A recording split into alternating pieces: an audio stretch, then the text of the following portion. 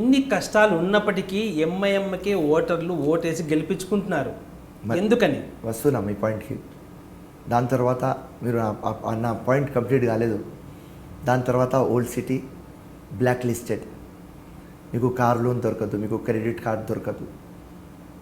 Everywhere ఎక్కడైనా చూస్తే development zero. ఇది మాకు అడ్వాంటేజ్. ఒకవేళ ఓఏసీ పార్టీ గట్టిగా ఉన్నది, కానీ వాళ్ళు ప్రజలకి చేసేది ఒక్కటి కూడా కాదు. దానికోసం ఈ డెవలప్మెంట్ గురించి నేను పాదయాత్ర చార్మినార్లో చేస్తున్నప్పుడు ప్రెస్ వాళ్ళు నాకు వచ్చి అడిగితే, లే అసదుద్దీన్ అక్బరుద్దీన్ చెప్తున్నారు డెవలప్మెంట్ మేము చేసినాం. సో నేను ఒక్కటే సూటిగా అడిగిన, అసదుద్దీన్ గారు చార్మినార్ ఇక్కడ రండి, ప్రెస్ వాళ్ళు ఉంటారు, ప్రజలకు పిలిపిద్దాం, డెవలప్మెంట్ గురించి మాట్లాడదాం. ఒకవేళ మీరు ఓల్డ్ సిటీ 10% కూడా డెవలప్ చేసినారని ప్రూఫ్ చేస్తే నేను ఎలక్షన్ కంటెస్ట్ చేయను, సారీ అసదుద్దీన్ అని వెళ్ళిపోతా, రండి అన్న. ఇప్పుడు దాకా 10 రోజులలో 10 టైమ్స్ అడిగిన. ఇలా అయినా అసలు వాళ్ళకు అసదుద్దీన్కి అక్బరుద్దీన్కి తెలుగు అర్థం కాదు, కానీ వాళ్ళ చెంచగాళ్ళు ఉంటారు కదా, వాళ్ళు ఎవరైనా వింటే ఈ మీ ఛానల్ త్రూ ఫేస్బుక్ ఇక్కడ ఛాలెంజ్ చేస్తున్నా, డెవలప్మెంట్ మీరు చేస్తే రండి. వీళ్ళు డెవలప్మెంట్ చేయలేదు అని మాకు అవకాశం ఉన్నది. 40 years నుంచి వీళ్ళకు మేము అలయన్స్ ఉన్నాం. ఎప్పుడు మా కాంగ్రెస్ పార్టీ డమ్మీ క్యాండిడేట్కి పెడతారు. ఆ డమ్మీ క్యాండిడేట్ టికెట్ తీసుకుంటారు, ఇంట్లో పోయి కూర్చుంటారు, ఏదో పార్టీ ఫండ్ ఇచ్చింది తినేస్తారు. అదే ఇప్పుడు దాకా నడుస్తుంది. కానీ 40 years తర్వాత రాహుల్ గాంధీ ఇన్స్ట్రక్షన్స్ మీద అసదుద్దీన్కు హెడ్ ఆన్ తీసుకుంటున్నాం. ప్రజల దగ్గర పోయి అడుగుతున్నాం, అమ్మ, అక్క, చెల్లెల్, తమ్ముడు, మీకు ఏదైనా అడ్వాంటేజ్ దొరికిందా? ఏం దొరకలేదు. మేము కొద్దిగా ఇట్లా చెప్తేనే అందరు రివోల్ట్ అయిపోతున్నారు. నేను చెప్పిన కొద్దిగా ముందు చూడండి, Cyberabad IT city, hi-tech city, international airport, pharma city, film city. కానీ ఓల్డ్ సిటీలో ఏం లేదు. ఎందుకు? 20 years ముందు ఎవరికైనా ల్యాండ్ ఇల్లు ఉంటే అది ఒకవేళ 50 lakhs ఉంటే 20 years తర్వాత అంతే 1 crore దొరుకుతుంది. అదే సైబరాబాద్లో, ఐటీ సిటీలో, ఇంటర్నేషనల్ ఎయిర్పోర్ట్లో, ఫార్మా సిటీ, ఇక్కడ ఫిలిం సిటీ, అదే 50 lakhs ఉంటే ఇలా 20 crores వాళ్ళకు దొరుకుతుంది. అన్ని జగ డెవలప్మెంట్ అయింది, ఇక్కడ డెవలప్మెంట్ ఎందుకు కాలేదు? ఎందుకంటే ఎంఐఎం ఎప్పుడు భయం తెచ్చి రౌడీజంతో, rigging, bogus vote, double votes, triple votes, బుర్ఖాలో పంపిస్తారు. ఈ బుర్ఖా ఆపాలే అని నేను 10 సంవత్సరం నుంచి ఎలక్షన్ కమిషన్కి రిక్వెస్ట్ పెడుతున్నా. అంటే మీ ముస్లిం ఛాందస సిద్ధాంతాలకు విరుద్ధంగా బుర్ఖాని తీసేసి రమ్మండి అని చెప్పడం సమంజసమా?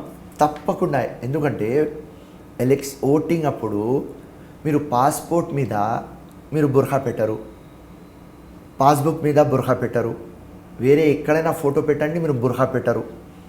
అన్నీ అది గవర్నమెంట్ డాక్యుమెంటే. ఎలక్షన్ కార్డ్ కూడా గవర్నమెంట్ డాక్యుమెంట్ కదా. సో ఇప్పుడు ఏమవుతుంది అంటే ఎలక్షన్ కమిషన్కి నేను ఇది మాట చెప్పిన, ఒకవేళ పాస్పోర్ట్ ఆఫియా పేరు మీద ఉన్నది అనుకోండి, సఫియా ట్రావెల్ చేయలేదు, ఒకవేళ సఫియా ట్రావెల్ చేస్తే కేసు బుక్ అవుతుంది, ఇంపర్సనేషన్ అని. కానీ ఇక్కడ ఆఫియా కార్డు మీద సఫియా ఓటేస్తుంది, ఆఫియా కార్డు మీద సోఫియా ఓటేస్తుంది. ఇది ఆపాలి. కానీ ఎలక్షన్ కమిషన్ ఆనెస్ట్గా చెప్తా మీకు, వాళ్ళ దగ్గర విల్ లేదు ఇది ఆప్దామని. అది ఎందుకు లేదు, ఏం mala fide interest, I don't know. కానీ 100 సార్లు నేను కంప్లైంట్లు ఇచ్చిన. ఇప్పుడు ఓల్డ్ సిటీలో 5,20,000 ఓట్లు బోకస్ ఉన్నాయని ప్రూఫ్లతో సహా India election commission, state election commission ఇచ్చిన తర్వాత వాళ్ళు ఏమంటున్నారు, ఇప్పుడు ఎలక్షన్స్ కదా, మా దగ్గర మషినరీ లేదు, టైం లేదు, ఎలక్షన్ తర్వాత ప్యూరిఫికేషన్ ఆఫ్ ఎలక్ట్రల్ రోల్స్ చేద్దామని చెప్తున్నారు మాకు. ఎంఐఎం ఎలక్షన్ గెలుస్తుంది ఉట్టి బోకసింగ్తో. 2009లో నేను ఎలక్షన్ ఓడిపోయిన తర్వాత ప్రజారాజ్యం పార్టీ నుంచి 5000 ఓట్ల మీద ఓడిపోయిన ఎంఐఎం మీద. నేను అప్పుడు అందరికీ చెప్పిన బోకస్ ఓట్లు ఉన్నాయి అని నేను ఓడిపోయినా. అందరు ఏమనుకున్నారంటే ఫిరోజ్ ఖాన్ ఓడిపోయినాడు కదా, బోకస్ ఓట్లు, డబల్ ఓట్లు, ఇన్ఎలిజిబుల్ ఓట్లు మాట్లాడుతున్నాడు, పాపం డిప్రెషన్లో ఉన్నాడు.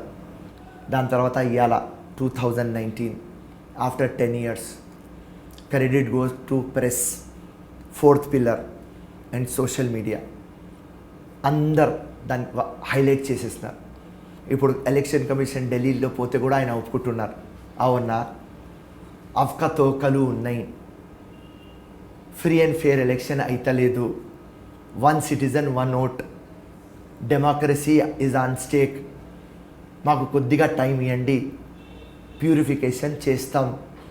వాళ్ళు కూడా ఒప్పుకుంటున్నారు. State election commission Rajat Kumar గారు కూడా ఒప్పుకుంటున్నారు. అది ఒక మంచి అయింది. నేను రోగం ఉన్నది అంటే ఎవరు అక్నాలెడ్జ్ చేస్తలేరు. నాకు 10 years తర్వాత రోగం ఉన్నది అని అక్నాలెడ్జ్ అయిపోయింది.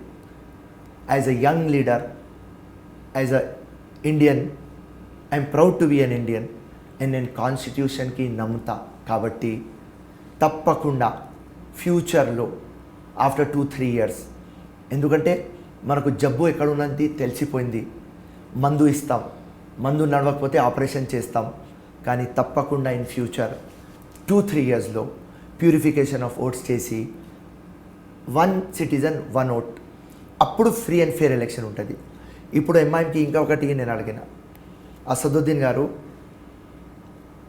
నువ్వు ముస్లిం, నువ్వు ఖురాన్ నీకు దేవుడు, మక్కా మస్జిద్లో పోదాం, నువ్వు ఖురాన్ తీసుకొని నెత్తి మీద పెట్టుకో, బోకస్ ఓట్లతో నేను గెలవను, నువ్వు అది ఒక్క మాట చెప్పు, నేను అక్కడ కూడా ఎలక్షన్ క్లోజ్ చేసేస్తాను. డెవలప్మెంట్కి రా చార్మినార్ దగ్గర, ఆయన అప్రూవ్ చేస్తే నేను జీవితం మొత్తం ఎలక్షనే కంటెస్ట్ చేయను. మక్కా మస్జిద్కి రా, ఖురాన్ నెత్తి మీద పెట్టి చెప్పు, బోకస్ ఓట్లతో మేము గెలవం, మేము ఉట్టి జెన్యున్ ఓట్లతో గెలుస్తాం అని మీరు చెప్పండి, నేను ఆ ఎలక్షన్ అక్కడనే క్లోజ్ చేసేస్తాను.